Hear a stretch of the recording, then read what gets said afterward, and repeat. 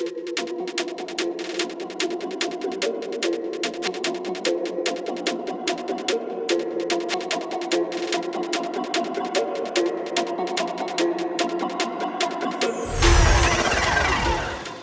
work is often influenced by fashion, documentary, and fine art photography.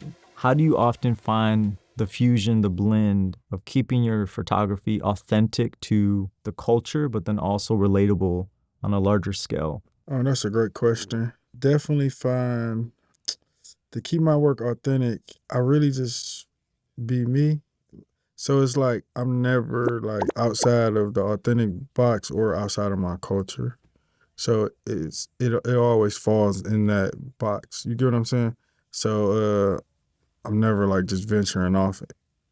Even when I'm doing fine art, I still got like the culture. When I do like some fashion stuff, I'm still with the culture because I am the culture. You know what I'm saying? It's not like I was raised in the culture, so it's not like I'm just like outside of the culture coming back and like culture vulturing. So like yeah, It's almost kind of like the mentality of a coach or a player coaching a player, because it's like they know what it takes to be on the field. So you're just living out your truth. yeah. So like I ain't doing nothing. You know, like I'm seeing what I want to see.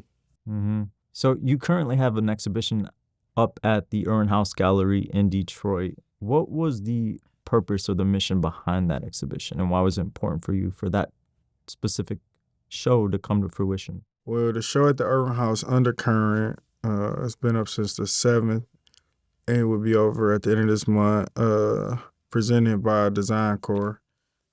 In Detroit, September is the month of design. So I found that out last year during the month of design. I was taking some pictures, like working for Taylor Childs, a fellow artist.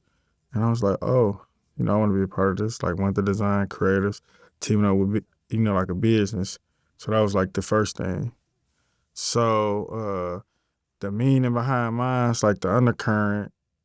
So we all know the undercurrent is the strongest current.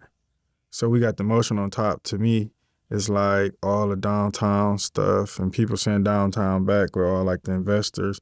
So like the undercurrent is like the city never left to the people that's really been here. So that's what I'm really like speaking for. And The motion never stopped. big facts. Under what they claim is like the new Detroit. So with that being said, water is the strongest element. And when water can pierce a rock when it's, persistent enough. So I definitely feel like we pierced that rock. And as creatives, I wanted like people to know we can collab. So that's a part of it. Cause like Undercurrent got the death in it. So then I start speaking on like the collaboration. Everybody got their own motion.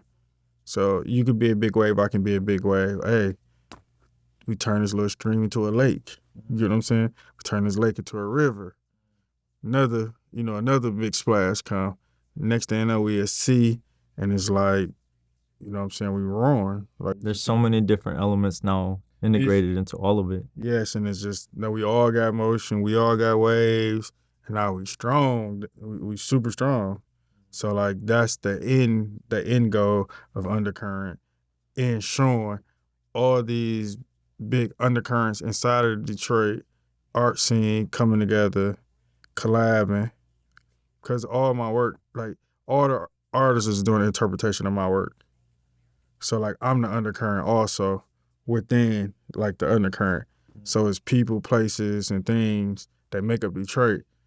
As we said in your first question, I'm the culture to me. You know what I'm saying? Like I grew up in the culture. Not saying I'm the only person is the culture, but I'm born in the culture. I'm raised in the culture. Mm-hmm. So like I am Detroit every day, all day. Like I say, I take pictures every day, all day.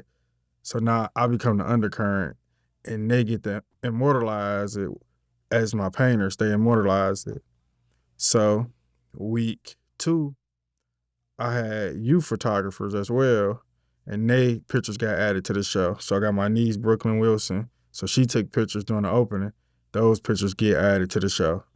My little brother, Trevor Tillman, took pictures. those pictures get added to. So they take pictures at the openings. They take and pictures at the opening. events.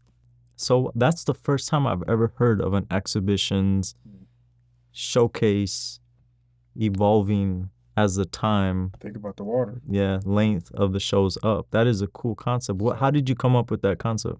Really, so piggybacked off the name of the design core, Current Creatives, but as the concept, just like when I got Undercurrent, then I started thinking about, so they under me. You get what I'm saying? So that's the little splash that's gonna go to a big splash. So I got the youngins and I got OGs. So I was getting into it like I got some OGs ending the show, and that's the big waters embracing, the emerging waters and stuff. So it's one big water now. It's one big, it's one big current, and everybody having motion, showing the youngest how to have motion. I'm maintaining motion, you know what I'm saying? So basically the last leg of the show is like my storytelling edition. So that's gonna be my audio version. So now I got the open mic. So now I got the poets coming in, and then now they blessing Undercurrent. So now they gonna be speaking on what Undercurrent is. Like, oh, they go interpret the work. So it's gonna be, the interpretation to interpret it, it's gonna be like the movie Inception. It get deeper and deeper and deeper. Then you got the, you know what I'm saying, the youngest. Is there a term for this type of showcase, or are you inventing this wheel? I guess, I don't know. I never thought of it like that. See, that's the great thing. Like, it's so sweet. Like, I'm really like a groundhog. I just keep my head down, and then somebody just come and tap me and just, oh, this is what we got, like something going on, and then I just know. But other than that, I ain't into. But I gotta say, Elonte, the what you're doing is something, and the reason why I believe that you're having so much success right now and attention your ways, because your approach is not template. It's not typical. It's not standard. It's not what's expected. You're doing something completely different without any fear of opinion or judgment from the traditional community, the art community. You know what I mean? Okay. So I think that it's bold and brave, and it's inspiring, because I think that what you're doing is you're kind of creating a new landscape for what it means to be a photographer, Yeah, I ain't even think about it like that. And that's what I was about to say. I don't be like thinking about, like, I don't be like on the accolades and nothing. Like, I like the work. But that's the whole point, is you don't overthink. Yeah, I don't be like, I found like my formula, I like the work, and I like to put the work in. Like, I found, like, I like the journey. I like figuring the stuff out. So by the time like something do hit, like how like the show going on now, like I already got something planned. Like the opening, just dropping the kids off, like, cause I was late picking like 3 of like the youth up, 16, 12, and like 18. Like, I'm just picking them up, and I had to pick them up because I told them I was gonna pick them up. And that car ride was different, so now they gotta introduce each other. They get to meet. So the car ride going was different. Like, hey, okay, this and this, small talk, but on the way. And these are young photographers. Yeah, so one is my niece, then one is another photographer, Dewan, and then my little cousin, Ralph. So now they all kicking it. They're like, yeah. But on the way back, now they just did the Inspired, show. Yeah, they just did the show, so they talking is different. Oh, well, we was over there. Oh, I didn't even. So now the talking is different. So I was like, so that's what I paid attention to. It's almost like going, I don't know if you can relate to this, but when I was a kid and after a concert, I just felt like this boost of adrenaline and like dopamine. Like, I made a whole I'm show. about to do this crazy show myself one year. You know what I mean? Like, you feel like you can do anything after you get so inspired by people. That's why I like having them with me, so they can know they can do anything. So smart, man. No, for real, that they know. Then so like it's different, at home, listening to like the older person talk. Yeah, you could do this, you could do that, but it's different being in the field and watching somebody doing what the F with what the F and who the F. You're really practicing what you preach. And then they seeing it, then they seeing real life. So then like I'm still asking them questions in the car, like, so this, I just got a text message. Like, you remember off camera you asked me like, I know your phone be like this. So now I get a message, and then I hit them with the message. So when this come in, how you gonna feel? How you gonna handle that? So my niece, she like, I'm gonna say this, but why you gonna say this?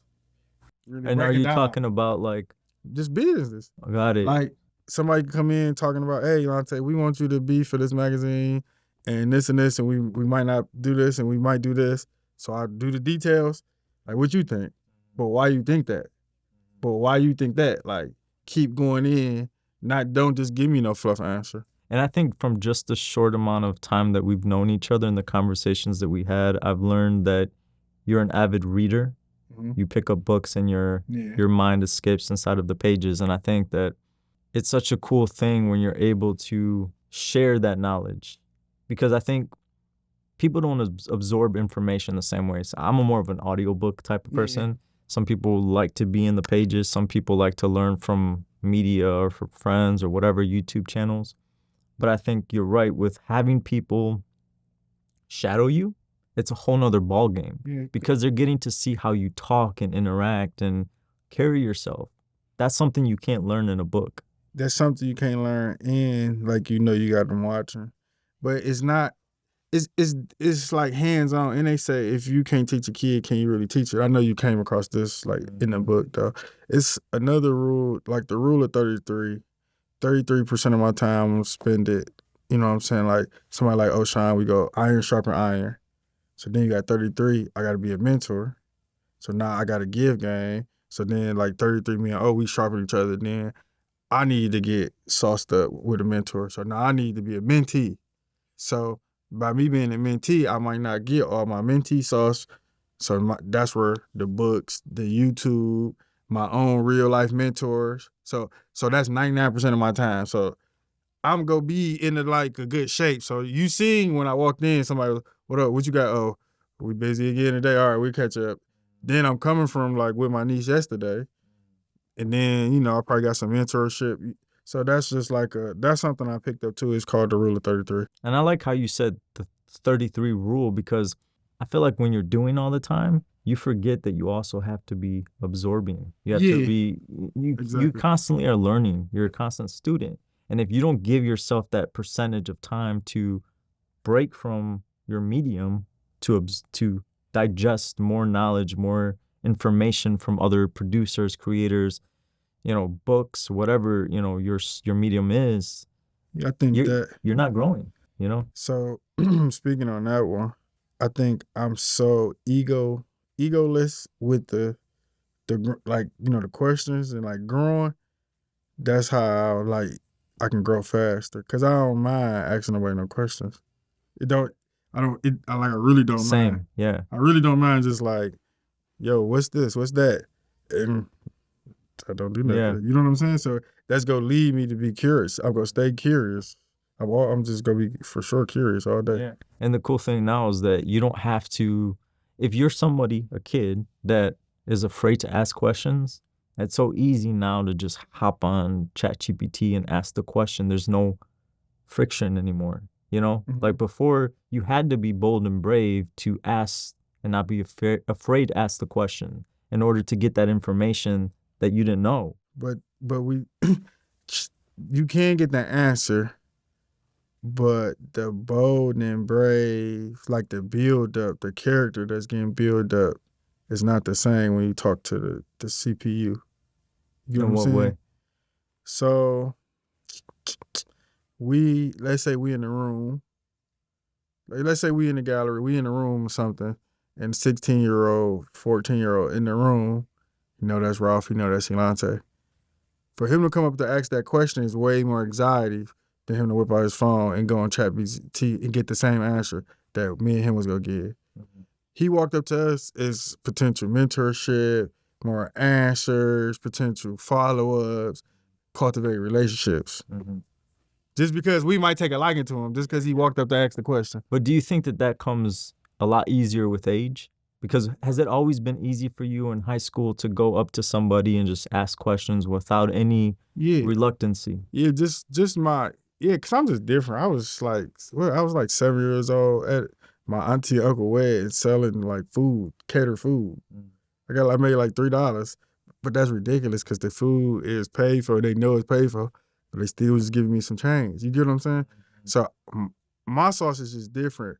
But with that being said, that don't mean sometimes I don't feel those. like it's stuff that you gotta do because you need to do stuff because you want to do stuff. So some of them times it's like I gotta ask this, and it's like I can't like. That at the end of the night when you put your head down on your pillow, like if it's some regret in there or some missed opportunity, it's tough.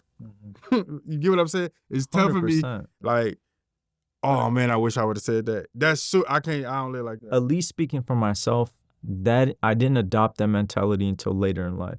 Because I feel like as a youth, especially being, a Mexican, Latin foreigner in a country that you don't always know if it's okay to put yourself into certain groups or whatever. Culture shock. Yeah, like it's a little bit more intimidating, but I think that confidence, in a way, I believe is why you're so great at photography, because when you're a photographer, you have to be just as comfortable going up to any situation and capturing that moment. And sometimes people like, they'll hold back or they'll see something, but they'll feel embarrassed to kind of inject themselves into that moment. But that's what separates the average from the great, is because they already feel like you're meant to be part of that moment. You're meant to capture that moment. And I feel like that confidence that you have about just going up and asking a question to anybody, that you're curious, is why you're so great at photography. You know what I'm saying? I definitely can see that. Photography and my personality, I definitely can see where the correlations come. But I just think this is like my fourth industry to me. So it's like I'm probably one of the people, no matter what I was gonna do, it was gonna be good at type of thing too though. And that's just like coming from my sister. So like, I'm of age, I got a couple years, I got some data on me.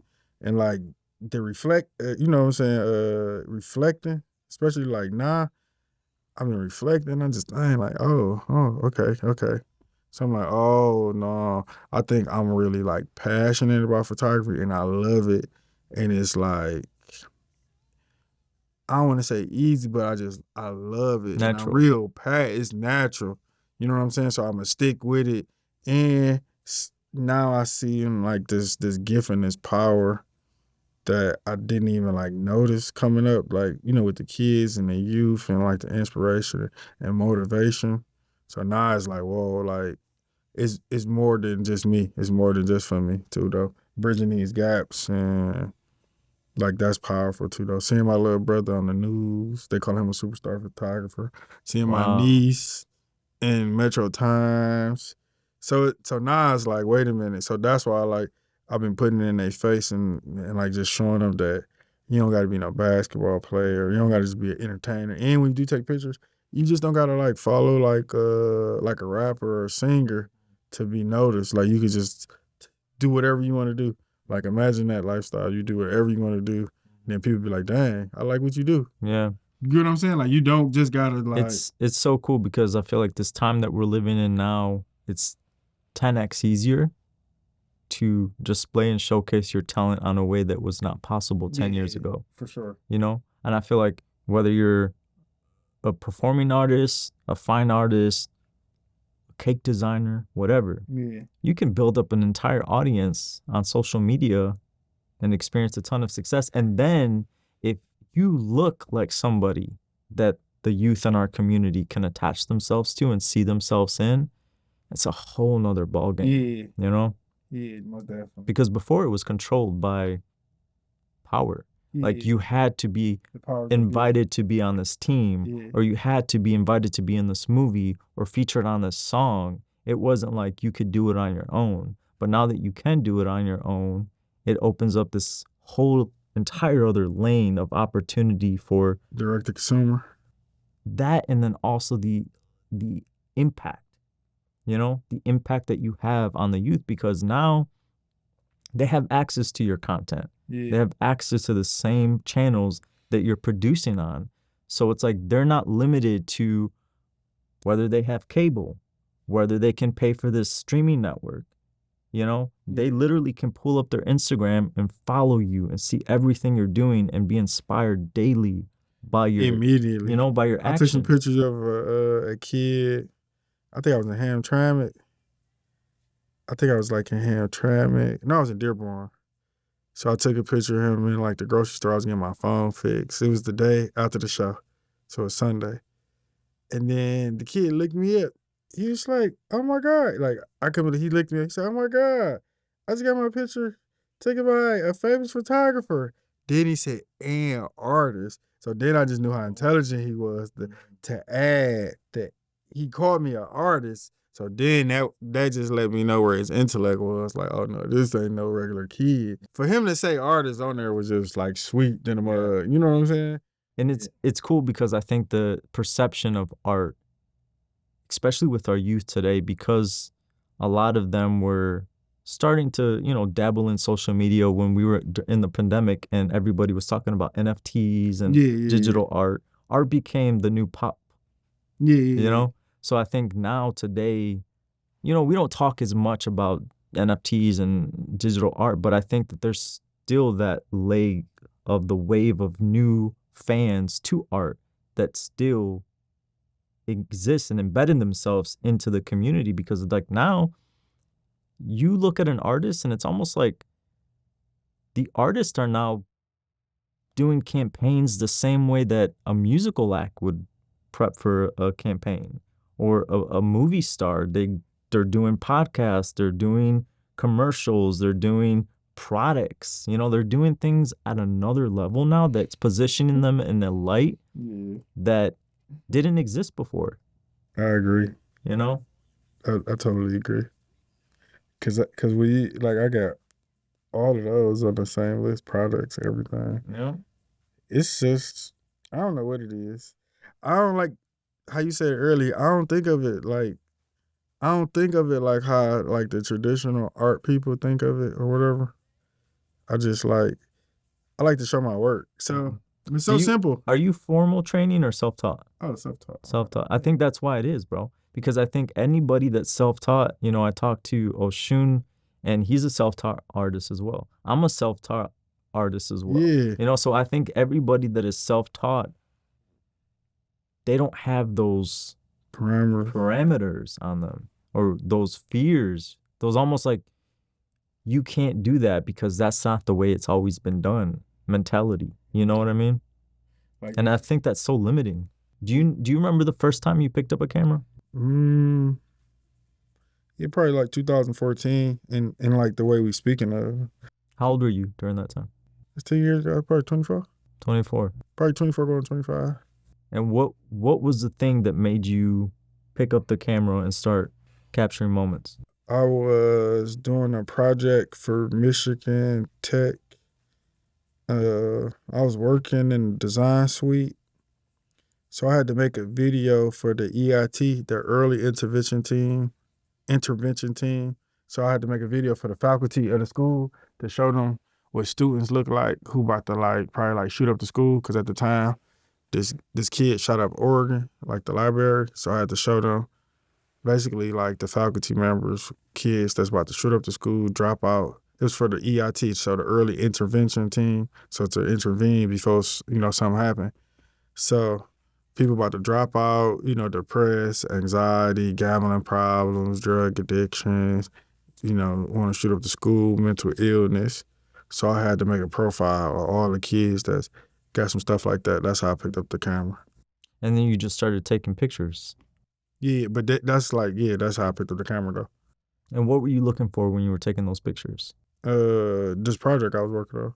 But what was it? Because you were saying emotions. Yeah. Yeah, just explain that. Like, well, yeah, it's like emotions though. Like, I was that was mainly a video, but this one I picked up the camera. So like, probably like birthday parties and like baby showers, just capturing the moments first. Mm-hmm. But around, so it's emotions, and then 2015. Of course, I brought a camera after I picked up the camera and did that video. And then I really used it in like 2015.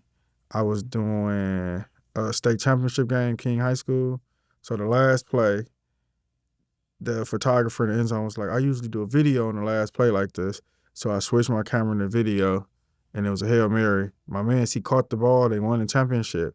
But like the camera, I followed the ball, but when he caught it, I went crazy.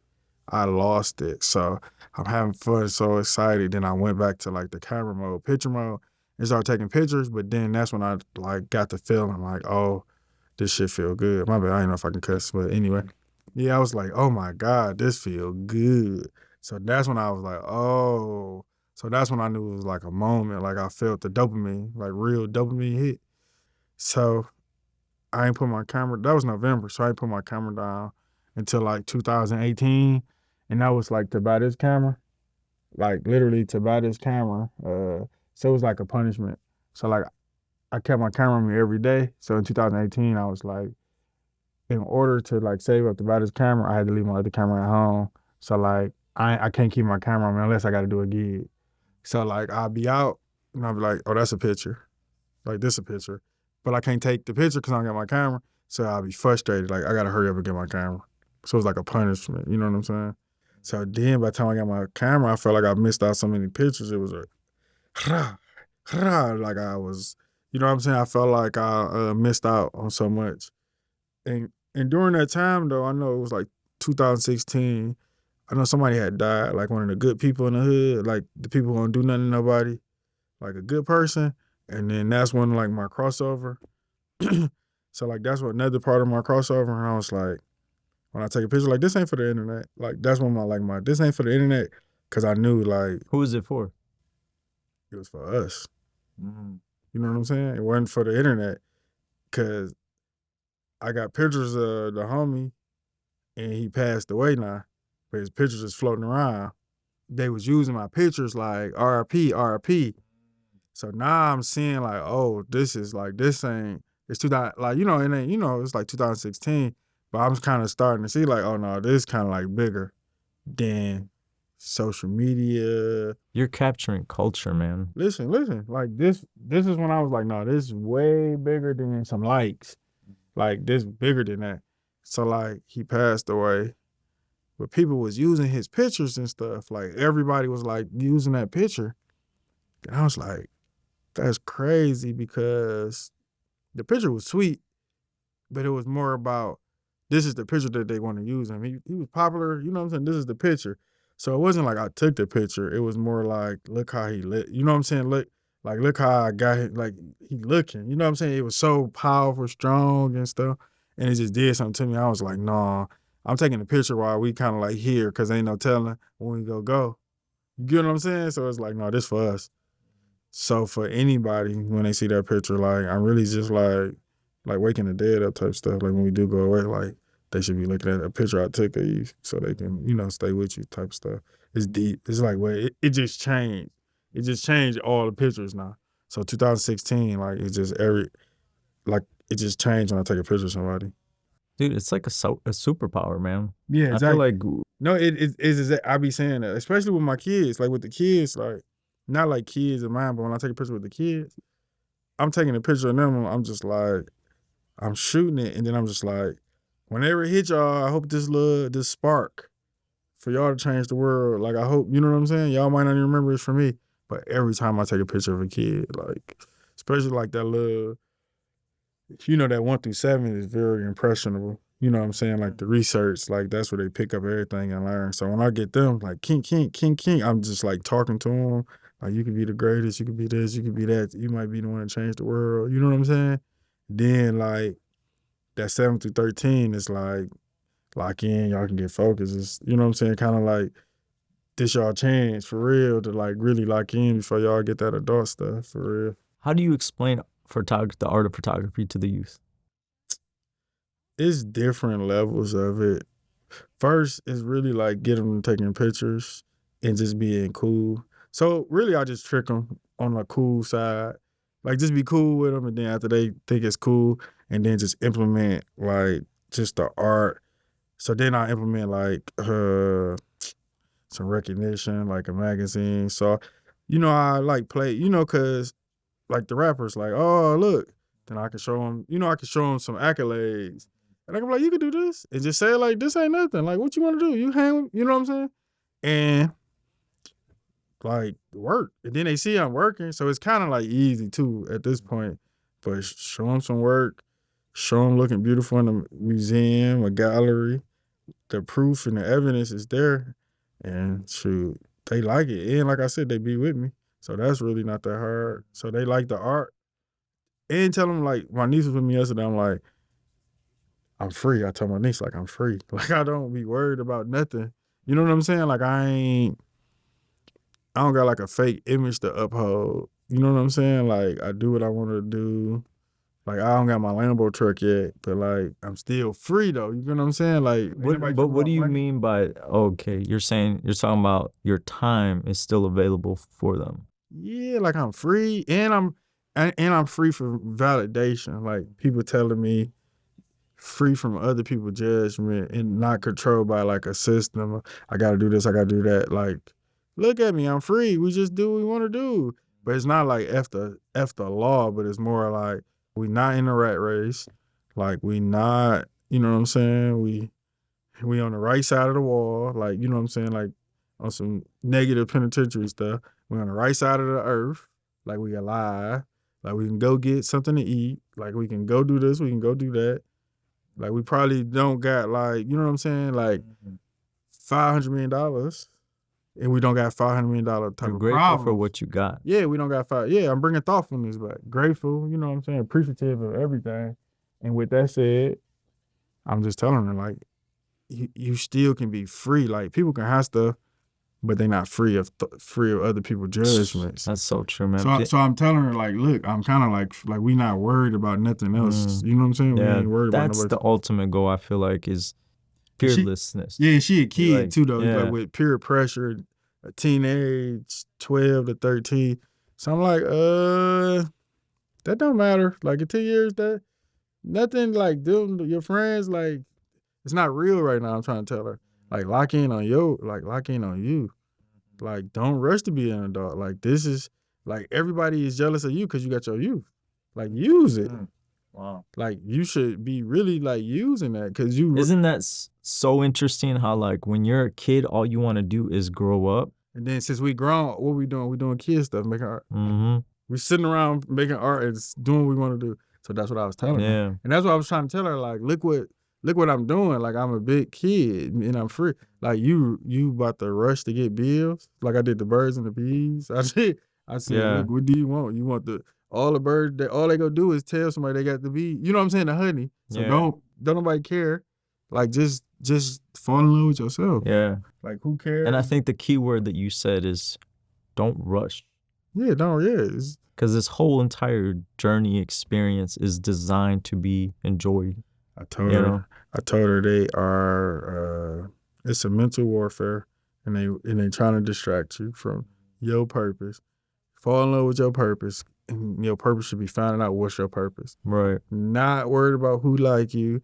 Not worried about you know what I'm saying. All the other stuff. How many likes? The vanity shit. Yeah, but they don't. And I told her, like, you see this? Like, she had a great example. You listen to too much rap. I hear it all in. I said, it's on your frontal lobe. And she said, what? I was like, that's the first thing you said after I just talked to you. She was like, oh, man. Then she had another example. And I was like, you see that? Now that's this. So she had her own examples, and I'm trying to tell her. And it wasn't like, no, I'm like, oh, this and this. It was like, well, that's on you because it's your life. And that's a different approach. Like, well, it's your life, and you can do what you want, but you don't expect people because you this age and you're cute with it. But when you're 21, people gonna be like, well, you grown. So that's the expectation's gonna be a lot higher. No, it's gonna be different. People not gonna care as you get older. Right now, it's like they're trying to help you. And I told her, like, take advantage of your youth. You should be running around, nothing but help. You got $400 shoes on. You should be like $400 for a project that I got coming up. Not saying that she not on it, but like I used the $400 shoes for analogy, as in, so I love hats. So my hats cost like $50. So if I spend $150, I might like, oh, I just brought 3 hats. I never seen them, but that'll help me spend the money because I'm like, in fantasy, I just brought 3 hats. So I used her shoes. Like maybe you got to break it down.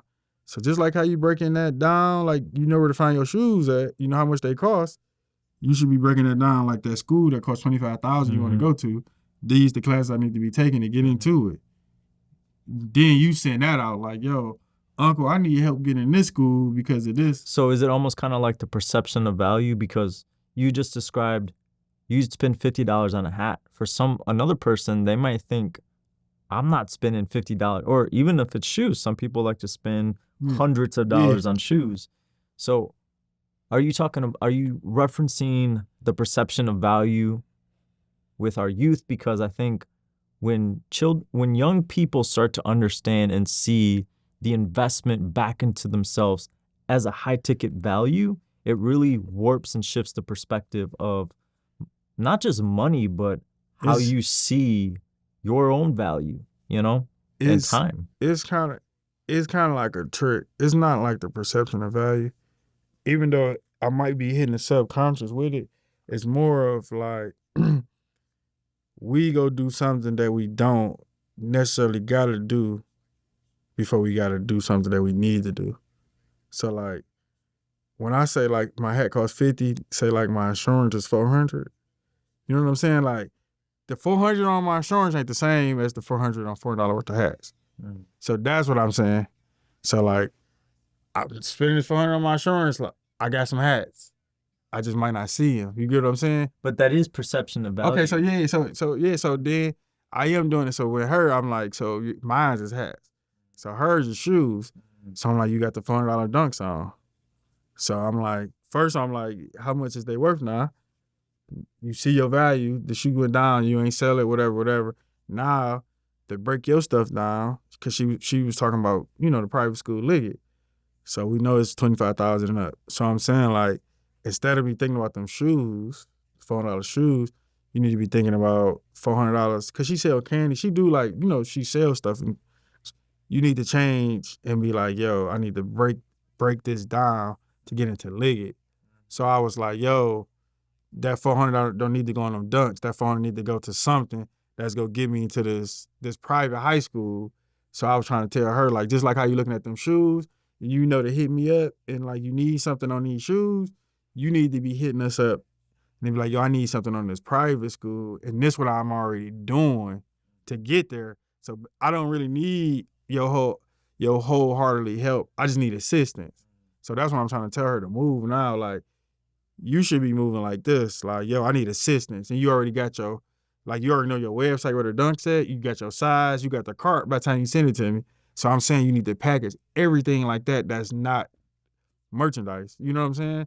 Yo, I need help with this in this package. Like, this the course, this the program, and it's on the west side. So that's what I'm saying. Like, yo, uncle, it's a new course. It's a workshop. It only costs $150.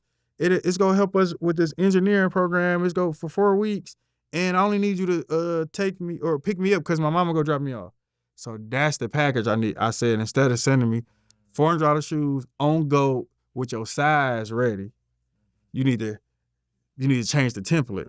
You need to put a course right there, and then you need to like utilize your youth and have us pushing you. That's a form. Would you agree that that's like a form of manifestation? Because you're writing out exactly what you want. I agree, and this is where it was coming from, because she said Liggett and she couldn't get into it, and I was just like, well, look what you saying to the universe. Like, look, like you tell the universe to do what it want to do. Yeah. Because I was telling her, she used a negative, like you responding to negative, so that should be like a windshield wiper. You should have that already blocked out. And just you should just tell the universe what you want. And that's why the Liggett thing and like the dunks. So I told her, like, sometimes I'll be wanting to buy hats, and like sometimes I can't because I might have to do something else that I need to do or I got to sacrifice. So I was trying to tell her, just like your dunks cost $400, you need to think about something else. Like, you don't need to be on that if you're trying to go to a school that costs $30,000 a year. When you're capturing moments and you're capturing photos, do you have like a goal in mind or an objective? Because I know that you had said that you're not you don't focus on the technical, you focus on feeling. But what do you want people to feel when you're capturing photos, when you're in the streets, when you're... Emotion. I want to feel like a human. But what is it that, are you wanting them to feel what the subject is feeling in that photo? Human. Yeah. Just be human. We just not humans no more. We just look at it. What do you mean by that? Cause we treat people like objects, and if they don't give us no value, they don't got no blood pumping through them. Mm-hmm. Like we all humans that got stuff going on. Like the most lie in the day when somebody say it's fine, when somebody asks them how they doing. You get what I'm saying? So if I'm taking a picture of a subject, they probably like unseen or like the overlooked. So I'm definitely bringing like thoughtfulness back. Like I'm big on thoughtful and appreciation and gratitude. So I'm definitely bringing that back. But it's just about that grace, like the humans, like not being sad. Just like, do you feel something? You know what I'm saying? An emotion. Everybody don't gotta feel like everybody don't gotta feel for every picture. But like, dang, like, do you feel something, or did Hollywood win when they desensitized us with all the stuff, they narratives that they've been putting out so long? Cause That's an interesting perspective because you are right. Growing up, you were fed the narrative. But when you get to a point in your life where you're able to pick up and capture the narrative and tell the story of your community, your culture, it really does enhance the perspective because I feel like people can see it with a level of gratitude, appreciation, and understanding. When they're from your community, they understand the culture, so they connect to it a lot more. They connect to it on a level that I feel like there's no way that Hollywood producers can imitate, you know? When they did the movie 8 Mile years ago, I mean, obviously they had a lot of subjects that were local Detroiters. Yeah, they were local Detroiters that were able to give reference, you know? But imagine somebody from Detroit, like, you directing a movie. Like, there's a whole nother level of knowledge and perspective. There could be a little subtle movement that one of the actors does that a Hollywood producer just wouldn't know. Yeah. You know? They had a real Detroit in there. Mm-hmm. So like that's the thing about the undercurrent. It's just like the real Detroit. Mm-hmm. That's what it is. It's really just the real Detroit for real coming together. So what do you hope for Elonte Davis for the next 5, 10, 20, 50 plus years in your career? Where do you hope to progress to? What do you hope to try? What do you hope to inspire? I guess give me like 1,000 kids to like my program that I'm developing. That's like the sweetest thing. Like came through like my program and turned it to like storytellers and to create the narrative for our culture and to push it. That's like to hear all them stories and just to see it, that's like super sweet to me. For sure. So well, bro, I appreciate you being here. I appreciate your art. I appreciate your talent, your time, your craft. I saw the exhibition at the Urn House. Incredible. Can't wait to see everything else you do. Appreciate it. And hopefully there's a part 2 or another series for the liquor store, because I think that was such a cool, creative, untraditional we gonna do something. We got series that needs to continue for sure. I'm definitely gonna do definitely got a book with that and like a documentary. See what I mean? See how I know? Yeah. See how I be saying? You like don't talk about it. Yeah, no, don't be thinking like it don't be like on the frontal lobe. It just be like whatever the work is, and that's kind of like done too. So I was just waiting for it to get where it get to. Well, I appreciate you being here. Appreciate you too.